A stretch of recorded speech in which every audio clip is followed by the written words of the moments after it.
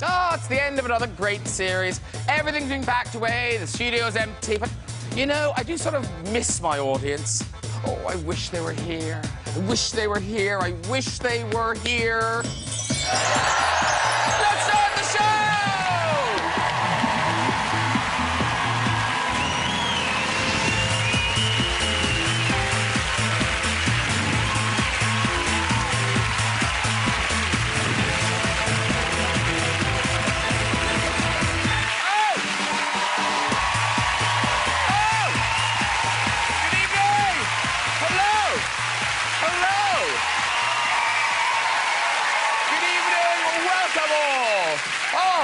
I tell you, what a great series this has been. So many highlights, starting with this. Let's get started if we... Yeah. Hey. Thank you. We can do it. Ready? Cheers. Cheers. 1, 2, 3.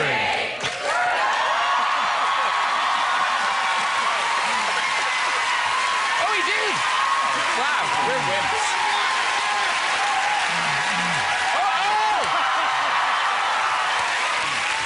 Wow. Don't do this at home. Don't do this at home. God. That ginger ale is crazy. Now you should just ask us really personal questions. Dame Julie and I want to announce that we're engaged officially. Was there a lot of bonding backstage? Yes. About 5 seconds worth, right? Yes. I just wanted to come to England and on your television program to announce our love. And now, obviously, I know you're familiar with the guys, aren't you? Yeah, are you kidding? Of course I am. Yes. No, and we've been very familiar, haven't we? Yes. Wow, Channing, what are you? I got are you losing it? Are you losing it? I'm chopped liver here. I don't know. It's early in the evening. Shank of the evening will be... Yeah, there's lots of Julie to go around. Yeah. Okay, that is my future wife, so let's go. A joke's a joke, but, you know. Michael is one of those actors you have to coax out of the trailer. He'll wait in there for hours and hours. He's very difficult, very ornery on set. So to get him out, there was really only one song, and so I used to get the sound guy to play it very loud in the studio as he came in, just so he could get his mojo up. That's right. And actually, it was Blurred Lines. I wonder if you guys could... You know, guys know Blurred Lines? I don't know what it was about that song or that video that got Michael going. Do you want to something come about back on again to Blurred Lines? Yeah, let's do it. Okay. Come back on again. You go back there. I'll do it. Yeah, okay. Okay. So we'd be coming out like, come on, Michael, come on. We've got to shoot. Michael, listen. Michael, come on.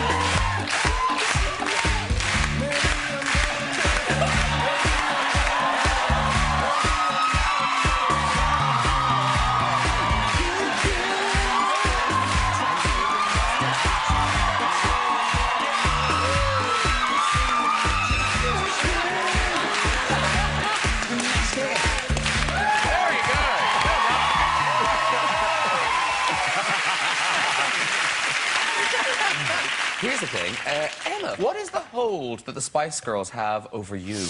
Is this real? Yes, it's real. And I just feel like I've been talking more about the Spice Girls on this press tour than I have about the movie. That's because you wept. You wept in Australia. I know, I wept. Did you really weep? I really did. But now, which one was talking to you? Mel B. And was she really talking to you, or was it a message? No, it was a video message on an iPad.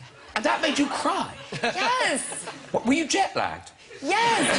But I also, you do understand, because we're in the UK. Yeah. I was a fiend. I was obsessed with the Spice Girls. And they taught me about girl power. And I love them. I think they're fantastic. And What's the song? There's so many, Jamie. There's so many. Spice up your life. Every boy and every girl. Spice up your life. Hey! There's so many, and they're so fantastic. And today on the radio, Mel C talked to me over Skype. Oh, wow. So it's really very exciting. Okay, now, who would you say is your favourite Spice Girl? Emma Bunton, Baby Spice. She's your favourite. She's my favourite. Who's next? Don't do that. Just a question. All of the other 4. So one gave you a video message and one talked to you on Skype. Yes. But you're telling me you've never met a Spice Girl? Are you gonna do something? Right Have you never met a Spice Girl? Are you gonna do something really? Have you never met a Spice Girl? Wait, hold on. I have to mentally prepare myself. Have you never met a Spice Girl? Not in the flesh. Okay. Now, as you know, Emma, it is very rare. It is very rare for more than one Spice Girl to appear together for any reason at all. So, they're not here.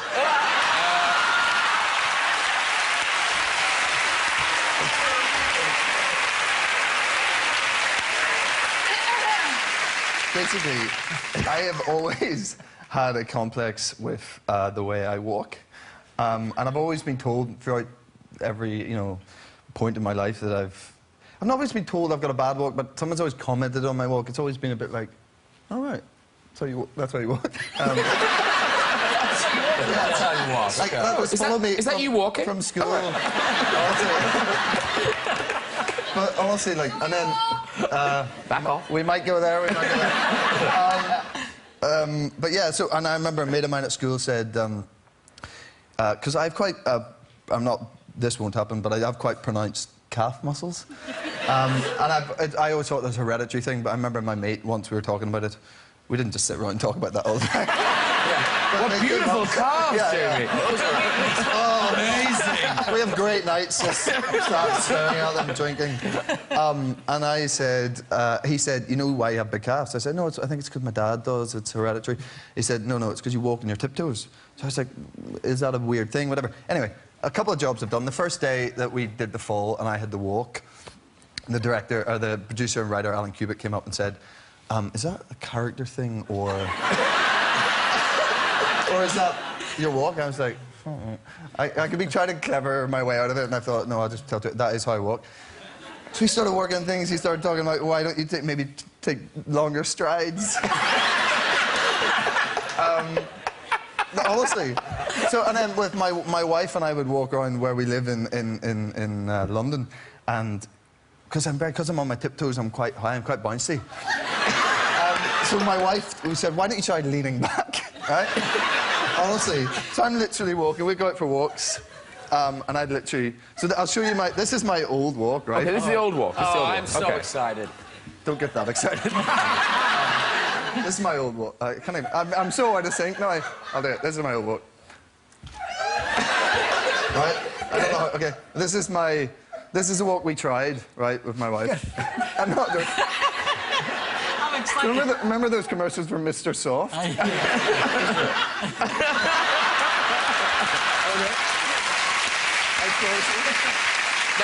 I'm sensing this man has had a fascinating year. What's your name, sir? Ole. Sorry? It's a Danish name. Oh, marvellous. Danish name. Scandinavia is represented tonight. So it's lovely. Older. Ole, ja, bitte. Older. Ula. Yeah. Ula. Oh, like Irish for apple. Okay, Ula. What's been the highlight of your year, Ula? What have been my highlight of my year? Yeah. Not much is happening. No. Let's go back to Will in the newsroom. Ole has no memory of 2013.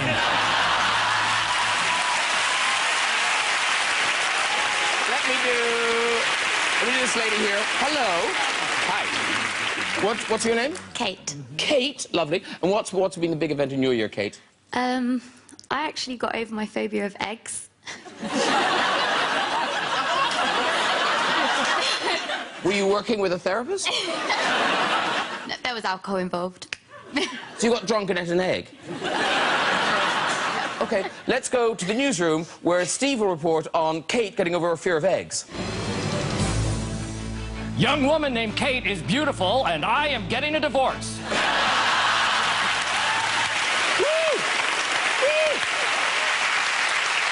So Liam Neeson's in A Million Ways to Die in the West. So did you ever do your version of the Taken phone call for him? Oh, you gotta do this. Come on, man. Gotta do it. Our version on Family Guy was Kermit the Frog doing Taken. I'm not going to be able to remember the speech. I don't have any money.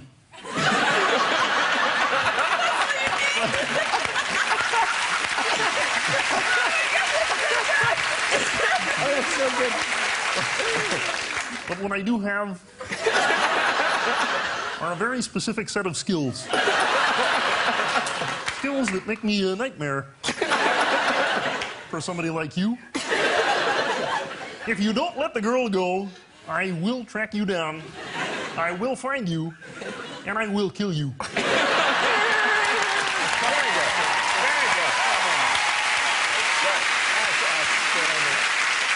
In Operation Snatch, that you maybe I haven't seen it. No, no. Well, I bet. Ever. Ever.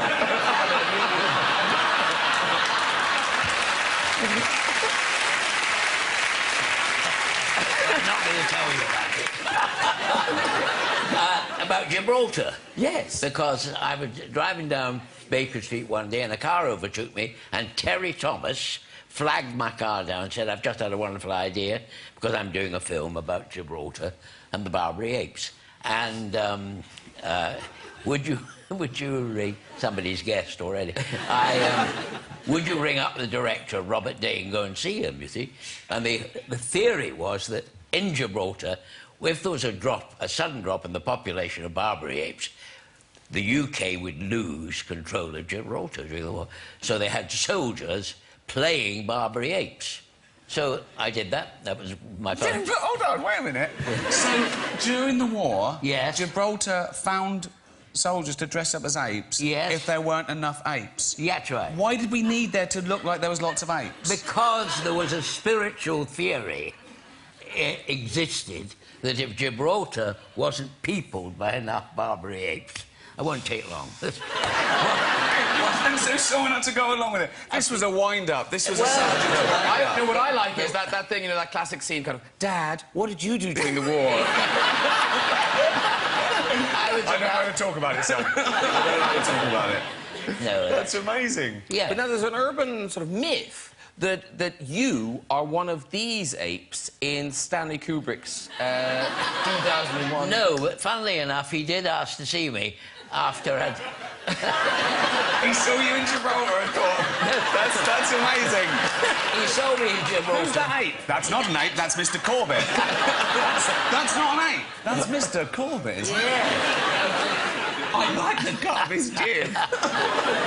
So that isn't one of you? You were not one of those? No, I wasn't. I wasn't. Did you turn it down? I turned it down, yes. It got too technical. Some acting studio, he could have done it. Is this all true, what just happened? You had to pretend to be there were people who pretended to be apes in the war. Yes. You did one of those in a film. Stanley Kubrick saw you and wanted you to be an ape in... Yes. No, actually, he saw me doing a little spot on Sunday night at the Palladium, and he said he would be ideal for one of my apes. Oh, he's good. He's still got it. He's still got it. It's been weird that it's become so famous, the upside-down Spider-Man case. Yeah, yeah. Because presumably you don't know. You don't know, but I remember Sam Raimi giving me a book of kisses. It was a little, like, coffee table book you can buy, like a little cute book of movie kisses. He was like, let's try and make this one as epic as these kisses. As these other famous kisses. So I thought that was, oh, that's a nice idea, yeah, right. You know what I mean? It's like, you will see. So, Barrett, you're okay to hang upside down, right? To hang upside down? Okay, so there's a trapeze. Does it come low? Oh, it does come low. Are you sure you can do this? Yeah? Yeah, I mean, I'll give it a go. Okay. So, that looks really high. Can you do that? Yeah, we can get up there. Okay, good luck. Always say, jack it off, jack it off, jack it off. Okay, he is serious. Okay. He tucked his shirt in. Oh, look at him go. Oh, he's like a monkey himself. He's like a monkey. Okay, you're going to sit at the end there. You're going to sit at the end.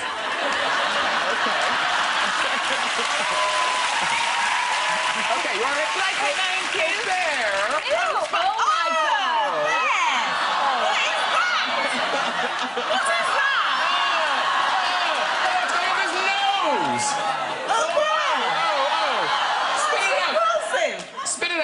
What is that? I'm so sorry, I left that in from earlier. I always like travel with food on the go. I'm ready for my smacker. Come on then, Dawn. Just clean up. Okay, here we go. Oh, hold on, there's one more in there, hold on. No, there isn't. Suddenly it doesn't feel so much fun. Oh, Spider-Man. Oh, you're so hot.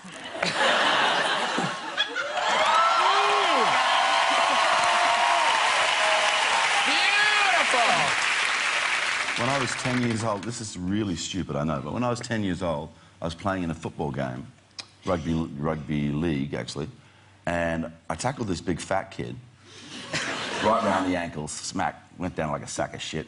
Bad luck, fatty, thanks for coming. And as I'm getting up from the tackle, he fair income just kicks me in the face. Just like he wasn't used to being tackled, obviously. He just turned around and just went boom, straight in the face, kicked my tooth out. And I just had this, like, strange thing where I never got it fixed. Used to drive my poor mother crazy. Like, just please get your tooth fixed. But I was like, no, Mum, you know, this is my life. This is something that's happened to me. I wear the scars and as badges of honour in my life, Mum. And she's like, you know, it drove her nuts, you know. It took until I was, seriously, right? And I was working as an actor, right? I was doing stage work, I was doing TV work with one tooth. And then I worked for a guy called George Ogilvy, and he cast me as the lead in his movie. And he sat down and he was talking to me, he said, so tell me the story about the tooth. So I went through the thing, football camp, blah, blah, blah, you know, and being authentic and all that sort of stuff. He goes, oh, see, because we have a problem. Because in my movie, the character of Johnny, the one you're playing, he has two front teeth. So he paid for me to get a tooth after, you know, himself, not from the production budget. And the funniest thing is, man, and I know you're going to find this quite obvious now that I say it to you, but, you know, I did 100 film auditions and never got a film. I got my tooth fixed. Whoa!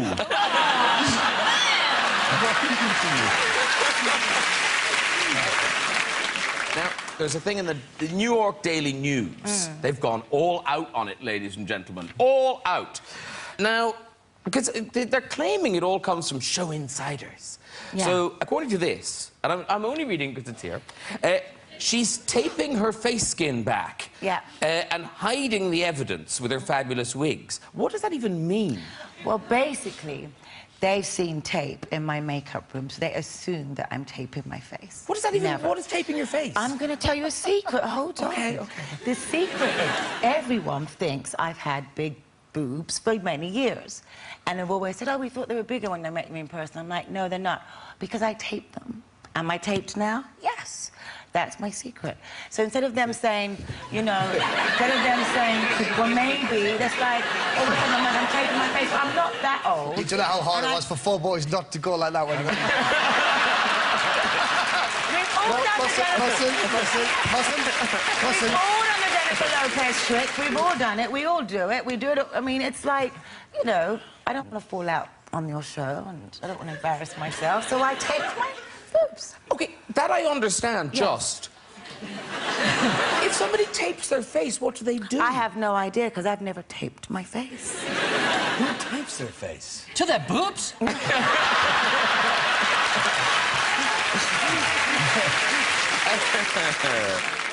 And you'd met George Clooney originally in Venice, was it? Yes. Okay. Yes. We met in Venice. He had a movie in Venice. I don't even remember, but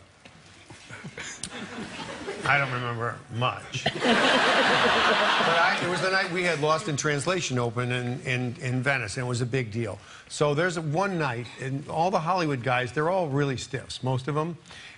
But one night of the year, they end up on this one island in Venice. They end up in Venice, and they all drink a whole lot for some apparent reason. Not George, but these other, like, show business guys. So a whole kind of crazy...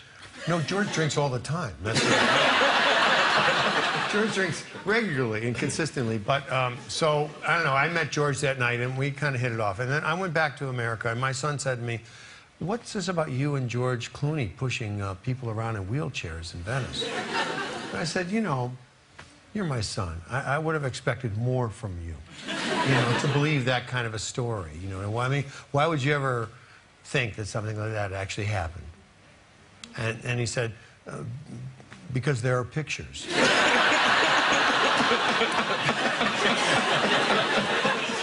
You know, and this is the age we live in. So, so it turned out that George and I were like taking women around in wheelchairs and trying to dump them into the swimming pool. No one died. No one died. It was a joke. It was a joke. They just got a rinse.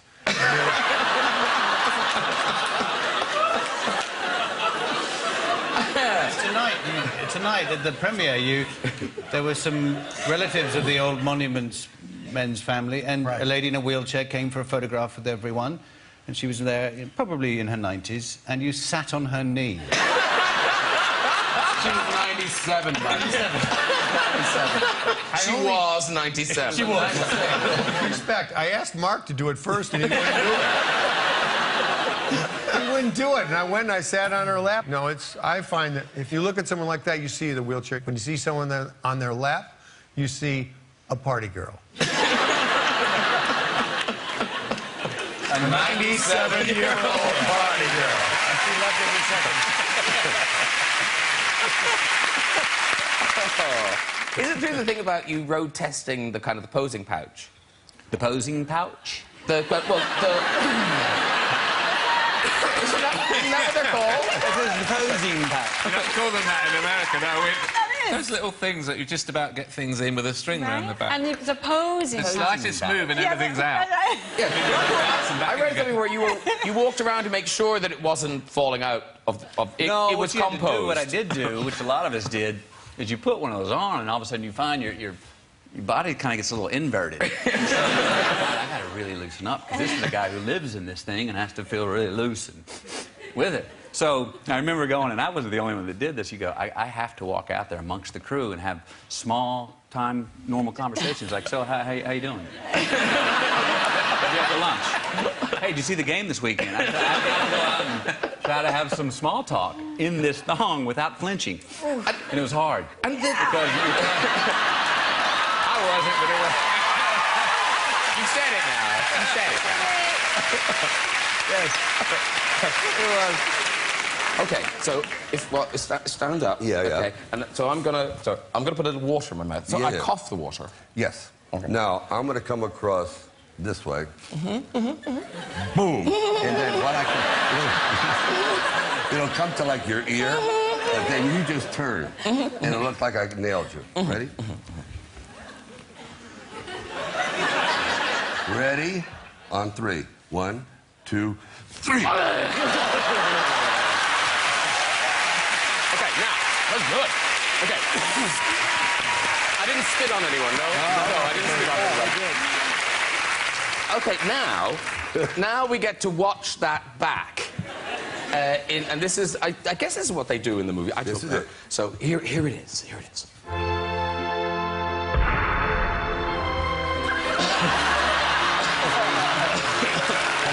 That's great.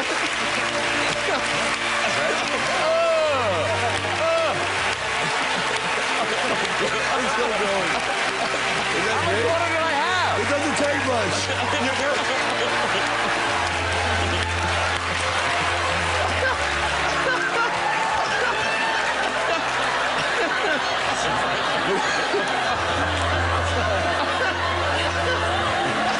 I'm still looking at him like, wow. You haven't moved. You haven't moved. You're like a photograph behind me. Am I still going? Yeah. God. That's funny. I've got a face like a windsock. But talking to people that you've worked with, you are known as this kind of the positive force on set. You know, we can do this. The kind of we can do this. Is it true that Emily Blunt did break your spirit? It was a particularly hard day, I will say. No. It was a very hard day. We were the drop ship. No, she did break my spirit. But there was that moment where I went... Basically, we're in this dropship set. I don't know if you guys, if you've seen the trailer, we're being dropped out of this ship in our exosuits, and it was a tiny set. They'd made the set really small. It was kind of like as big as a sardine can, and we're all in there. It's so hot in there. There's no air in there. Camera crew are, like, bumping into us, and we're hanging in the exosuits in harnesses, so, like, the entire weight of you and your suit is, like, on your groin, and, like, people are miserable. People are just, like, hanging like this, just waiting for them to take action.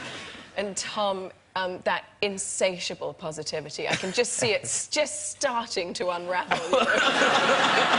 And he was pouring with sweat. I remember looking at him and he was like, guys, please roll. Please roll. And I just looked at him and I just went, oh, this sucks, like that. And he looked at me and he goes, it's a challenge.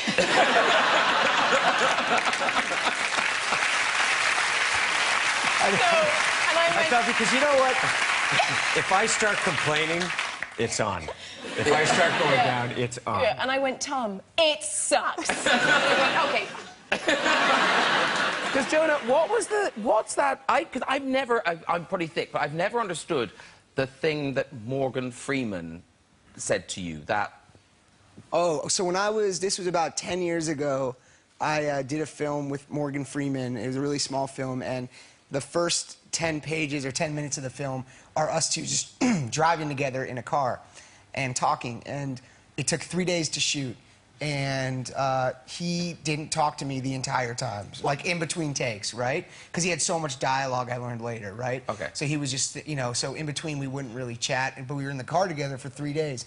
And then at the end of the third day, he just turns to me and he goes, Jonah, Jonah, Babona, Banana, Fana, Fofona, Me, Ma, Momona, Jonah. That's it. And then it was like super uncomfortable. I didn't know what to say back. It was one of the more weird moments of my life, you know? And I just didn't know what to say, so I just said, thank you. And then he said, it was quiet again, and he said, do me. I was like, what? He's like, do my name. And I was like, do your name? And he's like, yeah, do my name. And I was like, Morgan, Morgan, Bo Borgan, Morgan, me, my, Mo Morgan, Morgan. And he went, all right, and then we never spoke again.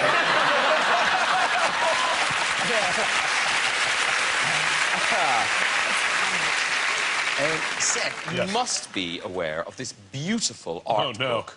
Yeah. This is gorgeous. You have the actual book? Oh, my God. Now, because did you have to give permission for this? No, I wish I had been asked, honestly, in retrospect, but no, I never gave permission. It's an artist called Christopher Schultz, is his name. And he's actually like a legitimate artist. He's really good artist. You can't show that. Yeah. There aren't many. Oh, I can't show that. We can see this. So you can't show many of them. No, we really can't. So what's his name? Christopher Schultz. So he is an actual artist. I've never met him, in my life, but just so you know, yeah. And I'm guessing you're planning, you're never going to. He draws me quite beautifully, so I kind of am curious. Really? So Christopher Schultz shuts his eyes and thinks, how will I see Seth Rogen? Like that.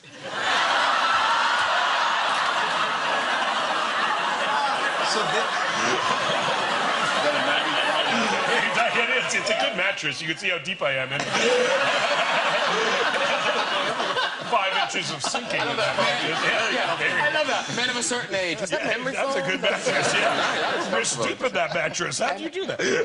I think we can show this. This is just like following a big dog down the street. Oh, no. There's... Wow.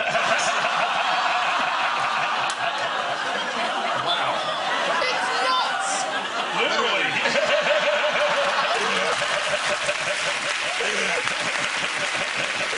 I just want to refer back to a television appearance that Hugh Bonneville made a couple of weeks ago. He was on a program called Top Gear. It's very I love that show. Were on Top Gear. Yeah, he was on Top Gear.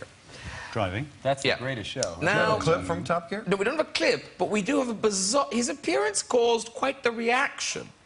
Here he is on Top Gear. Now, a lot of people were focused on the jumper. A lot of people were focused on the jumper, but even more people were concerned as...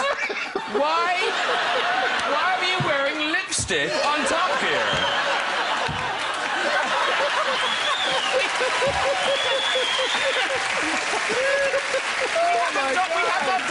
We haven't doctored that picture. I haven't got the glasses on, I can't see it. Trust me, you're wearing lipstick. You're wearing lipstick. There you go. I'm not wearing lipstick. I've never worn lipstick in my life. It does look like you're wearing lipstick. That was a very cold day. Well, I'm intrigued. I'm here to say that I was not wearing lipstick. Hang on. It was fucking cold because on Top Gear they say bring 2 sets of clothes. You're going to be boiling hot in the car and you're going to be freezing cold in the studio. And I thought, boiling hot in the car, it's a cold day in wherever we are, February.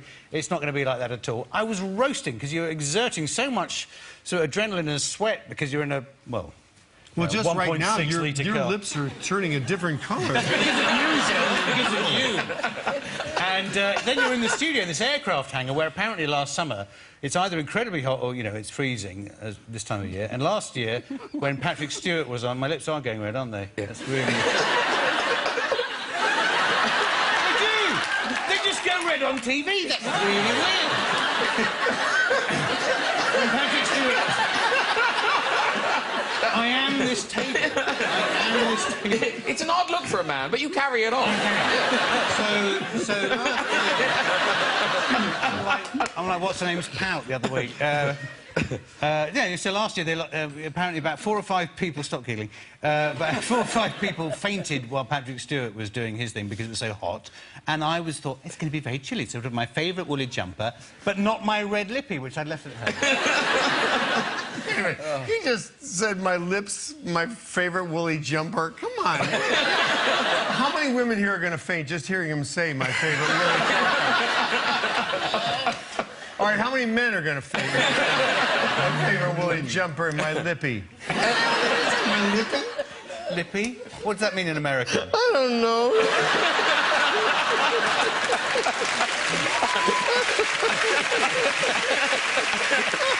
A lady from Colombia. Where's the lady from Colombia? Oh, there you are. Hello, stand up too. Hi. What's your name?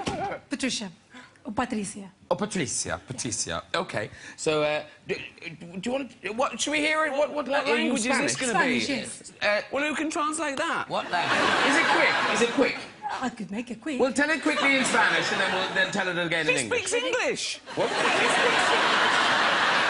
Tell it in Spanish quickly. Right. Dos amigos se encuentran después de mucho tiempo de no verse y empiezan a hablar del pasado y de los amigos, y etcétera. Y uno le dice al otro, ¿has visto a alguien del pasado? Y dice, no, vi a María. Ah, María. ¿Quién es María? No, María... ¿Te acuerdas de María?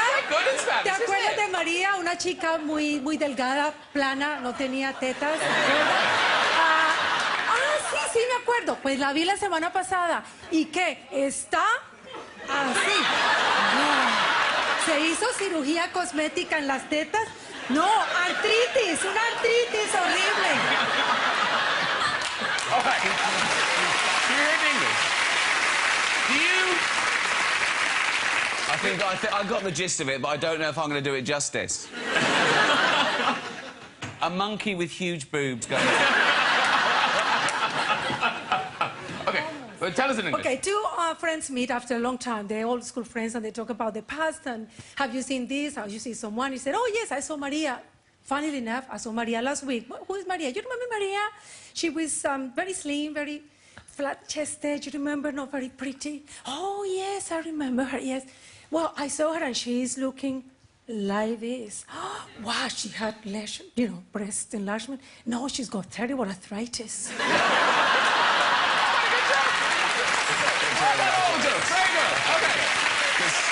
Because they thought she was saying she's like this, i.e. she's got huge breasts.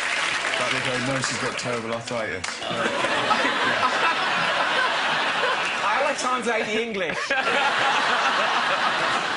Okay, Keira Knightley, what will be worse for you, having to sing in front of a large audience or do your sex faces?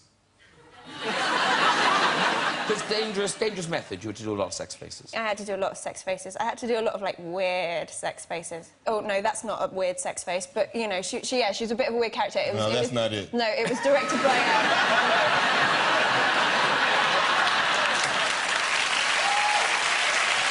I like your movie. You promised you wouldn't tell anyone. No, yeah. I had to go on Skype with David Cronenberg so that he could see what my planned weird sex faces were. That's yeah, no, it's awful on every level because I'd never met him before. So, like, to say, hello, nice to meet you, and then all of a sudden have to go, so, hey, what are your sex faces? Which I'd been practicing in the mirror just before, which is just a weird thing to do.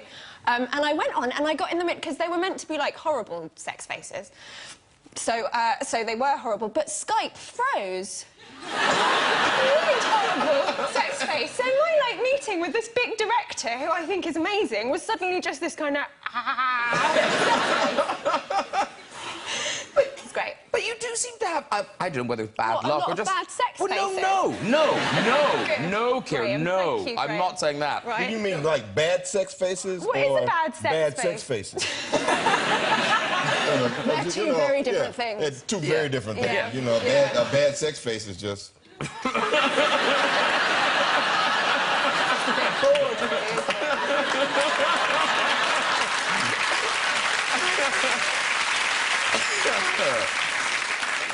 Now, in terms of acting techniques, Matt, I don't know, you must remember those famous episodes of Friends where Joey would explain his acting techniques. Oh, yeah. The Joey acting classes and stuff. Smell the fart acting. Yeah, well, yeah! We love, because was that Joey or was that you? No, that was the writing staff. We had some great writers, but that was really funny. And then there was... So talk us through Smell the Fart. Well, the Smell the Fart acting was when he was on Days of Our Lives. I can help you out with this. It was when you forget your line, you kind of go...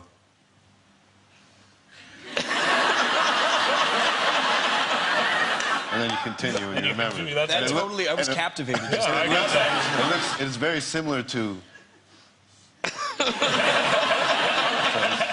Yeah, and you can do it more subtle, too, just to... And then we did another one where Joey was teaching an acting class for soap operas. And, like, if you have to cry, you cut a hole in your pocket, and you take a tweezers, and you just start pulling. Good idea. I've pinched myself a few times. Yeah. The problem is I like it. If you have to be, like, perplexed, you just think of some long division. It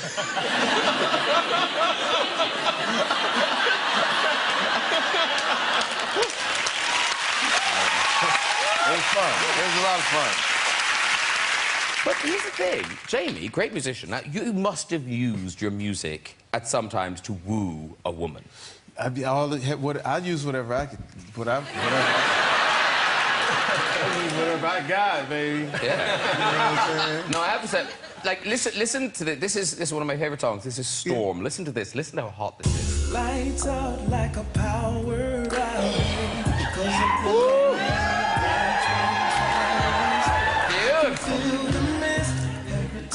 And there's almost a Spider-Man link, because it starts off with lights out like a power outage. Lights out like a power outage. Oh!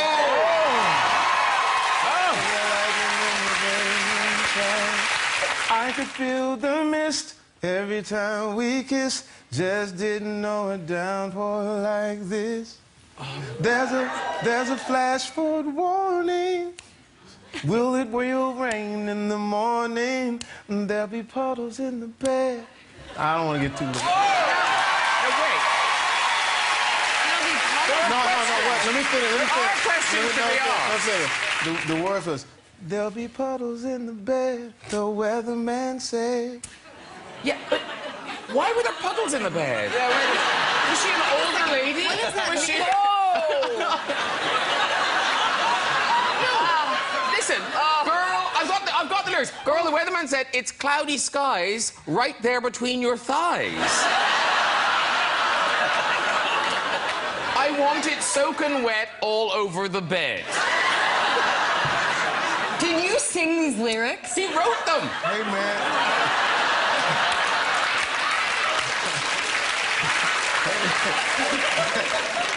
Hey, it sounds much better when you sing them. Just can't read the lyrics. That sounds like crazy. Cameron has also been in the papers recently, feeling very strongly that all women should maintain some pubic hair.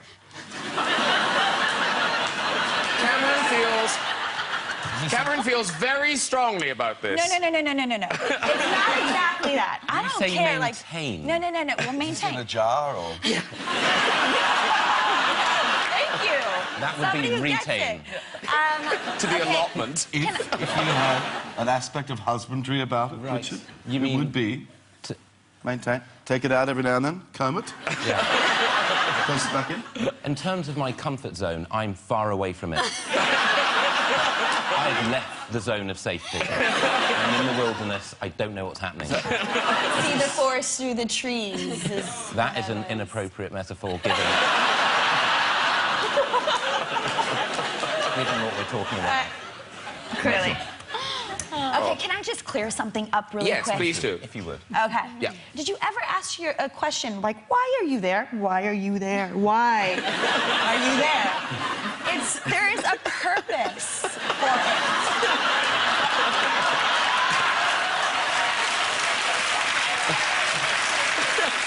I want to have a direct communication. Why are you there? Why are you there?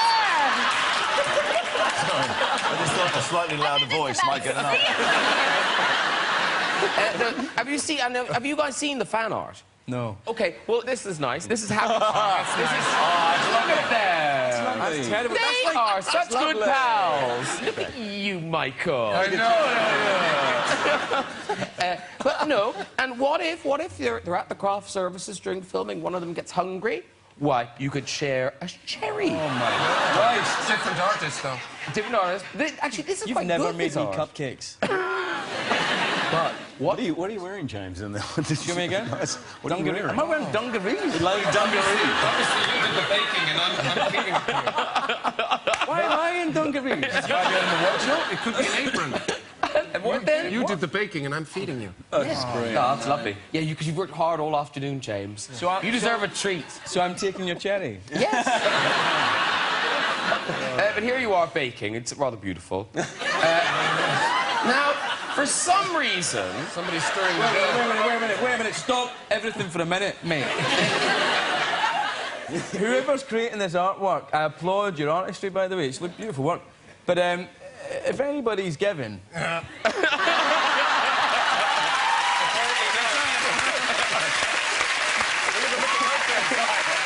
Hello, nice lady. Hello. What's your name? Jessica. Jessica. Can you hear Jessica? Pardon?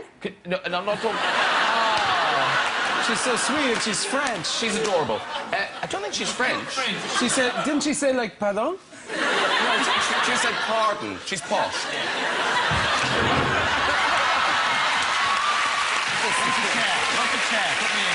Do you want to go? Do you want to go?